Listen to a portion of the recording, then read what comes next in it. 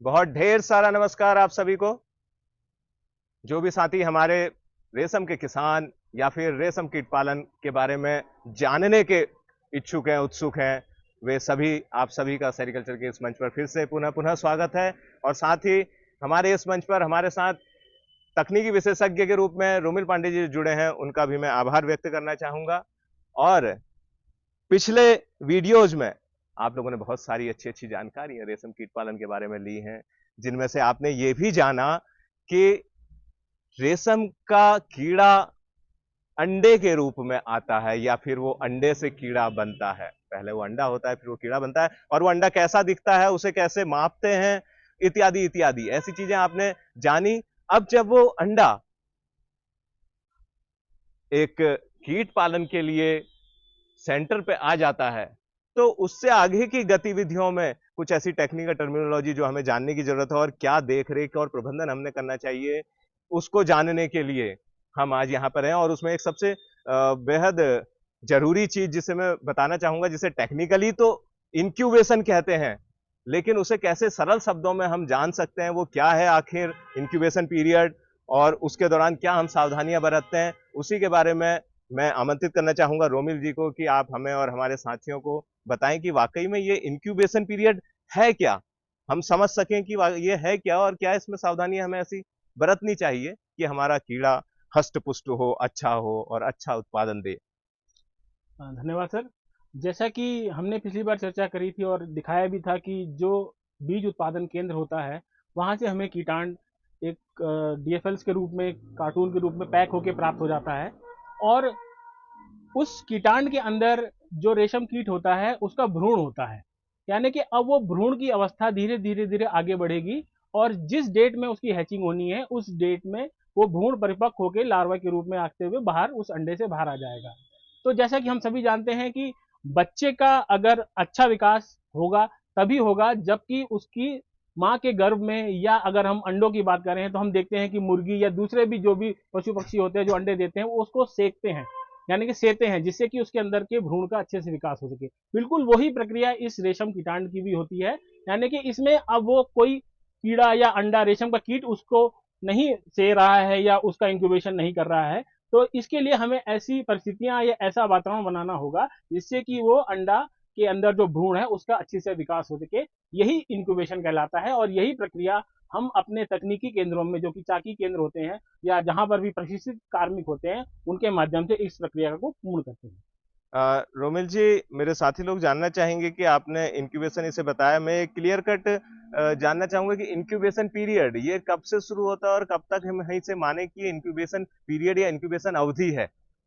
देखिए, जब जब बीजागार में जहां पर ये अंडा बनता है वहां पर इसको रिलीज करा जाता है। यानी कि ये जब पहले सुषुप्ता अवस्था में होता है इसके अंदर का एम्ब्रियो, भ्रूण, तो वहां पर उसको ऐसी ट्रीटमेंट करके उस भ्रूण को जागृत कर दिया जाता है, उसकी सुषुप्ता अवस्था को तोड़ दिया जाता है। और उससे लगभग 11वें दिन, 10वें या 11वें दिन में ये भ्रूण आपका पूर्ण विकसित होकर हैच होने के लिए तैयार हो जाता है। तो ये जो सुषुप्ता अवस्था तोड़ने से लेके उसकी हैचिंग तक का जो पीरियड होता है ये इंक्यूबेशन पीरियड कहलाता है। इसके अलग अलग चरण होते हैं और उन चरणों को हम अपने प्रशिक्षण जो हमारे केंद्र है वहां पर पूरी तरह से संपादित करते हैं।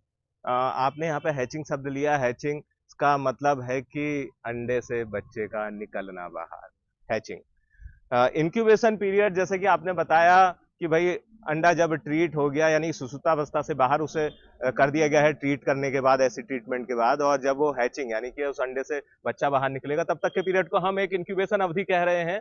ये आपके अनुसार ये एक बहुत ही जरूरी चीज है, क्योंकि अंडे के अंदर वो भ्रूण पल रहा है और वो अगर हेल्दी होगा उसे सब कुछ अच्छा मिलेगा, अच्छा एनवायरनमेंट मिलेगा जो उसे चाहिए, अच्छा टेम्परेचर या अच्छी ह्यूमिडिटी मिलेगी जो उसे चाहिए, तो वो एक हेल्दी कीड़े के रूप में या हेल्दी शिशु के रूप में पैदा होगा और फिर उससे ऊपर अब एक हेल्दी वयस्क के रूप में पैदा होगा और अच्छा रेशम का उत्पादन देगा। इसी कड़ी में मैं जानना चाहूंगा और मेरे साथी भी जानना चाहेंगे रोमिल जी से कि उस इंक्यूबेशन पीरियड के दौरान ऐसी क्या सावधानियां हमें बरतनी चाहिए कि ये हमारा जो कीटांड है उससे जब अंडा निकले तो वो हृष्ट पुष्ट हो। हाँ, बिल्कुल सर। देखिए, जैसा कि हम जानते हैं कि जो शहतूती रेशम कीट पालन होता है वो वन्य रेशम कीट पालन से थोड़ा अलग होता है। हम शहतूती रेशम कीट पालन में सीधे अंडे किसानों को नहीं उपलब्ध कराते हैं, क्योंकि जो उसकी शुरू की प्रक्रिया है वो बहुत ही महत्वपूर्ण है। उस भ्रूण का विकास बहुत अच्छे तरीके से होना चाहिए, जिससे कि आगे का उसका जो जीवन चक्र होगा वो सही तरीके से हो और आगे हमें रेशम उत्पादन अच्छी तरीके से प्राप्त हो सके। तो हम इसको, जब भी हमें अंडा बीज उत्पादन केंद्र से प्राप्त होता है, तो हमारे जो टेक्निकल सेंटर है, जो हमारे केंद्र होते हैं, जो इसमें प्रशिक्षित कार्मिक होते हैं, जहाँ पर हम उन वातावरणीय अवस्थाओं को बना सकते हैं जो इस इंक्यूबेशन के लिए बहुत जरूरी होती हैं, उनका हम पूरा इंतजाम करते हैं। और वहां पर जैसे ही हमें ये कीटाणु है हमें प्राप्त होता है, उसके लिए हम इसको वहां पर उस केंद्र में सुरक्षित रखते हैं, और उसके लिए तापमान 25 डिग्री सेंटीग्रेड होना चाहिए, और जो उसके लिए आर्द्रता है वो 75 से 80 डिग्री की तापमान आर्द्रता होनी चाहिए। और इसमें 16 घंटे का प्रकाश और 8 घंटे का अंधकार बहुत महत्वपूर्ण होता है। इन परिस्थितियों में इस अंडे के अंदर जो भ्रूण होता है उसका विकास द्रुत गति से होता है। इसमें हम ये भी जानना चाहेंगे कि जो ये टेम्परेचर है आपने बताया और आर्द्रता है, इसको किस प्रकार से नापते हैं आप? क्या कोई यंत्र का इस्तेमाल करते जी हैं? हाँ, देखिए अभी चूंकि ये प्रक्रिया उस कीट पालन कक्ष के अंदर होती है, लेकिन चूंकि आप दर्शकों को इसको अच्छे रूप में उचित प्रकाश में दिखाना था, तो हमने इस व्यवस्था को बाहर रखा हुआ है। और इस तरीके से यहाँ पर जो आपको ट्रे दिखाई दे रही है, इसी तरीके से हम ट्रे में इंक्यूबेशन करते हैं। और तापमान और आर्द्रता नापने के लिए ये एक, यहाँ पर हमारा देखेंगे ड्राई वेट थर्मामीटर है, जिसमें कि हमें तापमान और आर्द्रता इस ड्राई वेट थर्मामीटर की सहायता से हम उस कमरे में जो 25 डिग्री का टेम्परेचर और 75 से 80 डिग्री की आर्द्रता है वो इससे माप कर हम उसमें कमरे में बना लेते हैं। आपने बहुत ही बेहतरीन चीज बताई। मैं पुनः उसे दोहराना चाहूंगा कि हमने जो ये व्यवस्था आज आपको इंक्यूबेशन की, अंडों को इंक्यूबेट कैसे किया जाता है, उस पीरियड में क्या सावधानी बरतनी चाहती हैं, उसके लिए हमने ये सब एक ओपन स्पेस में अरेंजमेंट किया हुआ है ताकि आप अच्छे से विजिबल हो सके, आपको आप अच्छे से देख सकें उस चीज को। लेकिन आप बहुत बहुत ज्यादा ध्यान रखें इस बात का कि ये सारा एक भवन के अंदर होना है, कीट पालन भवन के अंदर, जिसके अपने मानदंड हैं कि उसके अंदर प्रॉपर वेंटिलेशन होगा, तीन दीवारों में खिड़कियां होंगी और एक तरफ दरवाजा होगा। इस प्रकार के एक कमरे में जो कि इसके लिए बना हुआ है, उसके अंदर, उस कीट पालन भवन के अंदर इसकी रीडिंग होगी वहां पर, लेकिन ऐसे ओपन में नहीं होगी। ओपन में आपको केवल दिखाने के लिए किया गया है, ये बात खास ख्याल रखेंगे। रोमिल जी हमारे साथ ही और जानना चाहेंगे आगे कि जब अंडा आया, वो कार्टन में आया, हम लास्ट में, आपने पिछले वीडियो में हमें बताया था, मेरे जो भी साथी जानना चाहते हैं कि कीटाणु कैसा होता है वो हमारा पिछला वीडियो देख सकते हैं। तो वो कीटाणु जब आया, तो आने के बाद जब इंक्यूबेट कर रहे हैं तो इस ट्रे में हम कैसे, आपने दिखाया ये बिछा हुआ है, इसमें क्या क्या हम ऐसे लगाते हैं, किस किस, ये देख रहा हूं मैं कि बटर पेपर लगा हुआ है, किस प्रकार से करते हैं हम इसे? देखिए ये बहुत ही सामान्य सी चीजें हैं जो कि हम इस इंक्यूबेशन के लिए हम ट्रे में यूज करते हैं। इसमें सबसे पहले नीचे से एक अखबार बिछाया जाता है, और उसके ऊपर ये एक पेस्टल पेपर, ब्लैक कलर का पेपर होता है, और उसके ऊपर ये बटर पेपर लगाया जाता है।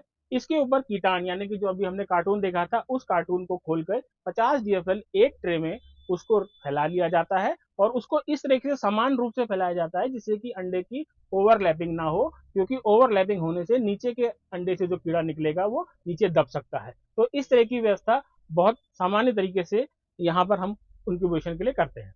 आप स्पष्ट रूप से देख चुके होंगे कि इंक्यूबेशन के लिए इस ट्रे में 3 प्रकार के पेपर्स की लेयर बिछाई गई है, जिसमें सबसे नीचे अखबार है, सबसे नीचे इसमें अखबार लगा हुआ है, ये आप देख रहे हैं।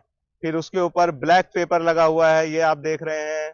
और उसके ऊपर ये पेस्टल पेपर लगा हुआ है जो आप देख रहे हैं। उसके ऊपर कीटों को, जो है कीटाणु को रखा हुआ है, और उसको चूंकि आपने बताया था कि 16 घंटे प्रकाश और 8 घंटे डार्क आवर्स की जरूरत है, तो वो इस प्रकार से खुले में है, और नेचुरली हमारे पास 16 घंटे का प्रकाश और 8 घंटे का डार्क आवर्स होते हैं जो उसे मिल पाएंगे।